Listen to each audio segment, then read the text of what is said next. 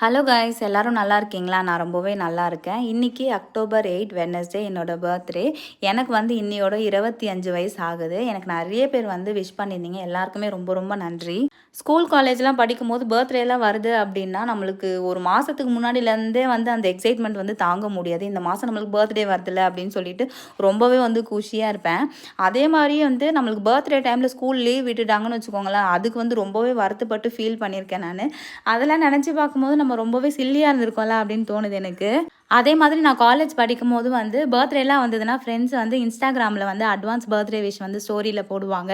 3 days to go, 4 days to go அப்படின்னு சொல்லிட்டு. அதுக்கெல்லாம் வந்து நான் ரொம்பவே எக்ஸைட் ஆயிருக்கேன். அதை வந்து நான் திருப்பி என் ஸ்டோரியில் ரீஷேர்லாம் பண்ணுவேன். ஆனால் கல்யாணத்துக்கு அப்புறம் அந்த எக்ஸைட்மெண்ட்டு ரொம்பவே குறைஞ்சி போச்சு அப்படின்னு தான் சொல்லணும். சொல்லப்போனால் 12 மணிக்கு நல்லா போர்வை இழுத்தி போத்திட்டு தூங்கிட்டு இருந்தேன். ஃபோன் எங்கே இருந்ததுன்னு கூட வந்து தெரியல. உங்களுக்கும் இப்படி தான் இருக்கா அப்படின்னு சொல்லிட்டு கண்டிப்பாக வந்து கமெண்ட் பண்ணுங்கள். சரி, இன்னைக்கு பிரேக்ஃபாஸ்ட்க்கு என்ன செஞ்சேன் அப்படின்னு சொல்லிட்டு பார்க்கலாமா? பாப்பாவுக்கு எப்பவும் போல் வீட்டில் ரெடி பண்ண ஹெல்த் மிக்ஸில் வந்து சத்து மாவு கஞ்சி தான் வந்து ரெடி பண்ணி கொடுத்துருந்தேன். என்னோட பர்த்டே அன்னைக்கு என் ஹஸ்பண்ட்க்கு ஃபேவரட்டான சக்கரை பொங்கல் தான் வந்து ரெடி பண்ணி கொடுத்துருந்தேன். ரொம்ப நாளாக வந்து கேட்டுகிட்டே இருந்தாங்க சக்கரை பொங்கல் சாப்பிடணும் போல் இருக்குது அப்படின்னு சொல்லிட்டு. சரி, அதனால் இன்றைக்கி செஞ்சு கொடுத்துடலாம் அப்படின்னு சொல்லிட்டு சக்கரை பொங்கல் செஞ்சுருந்தேன்.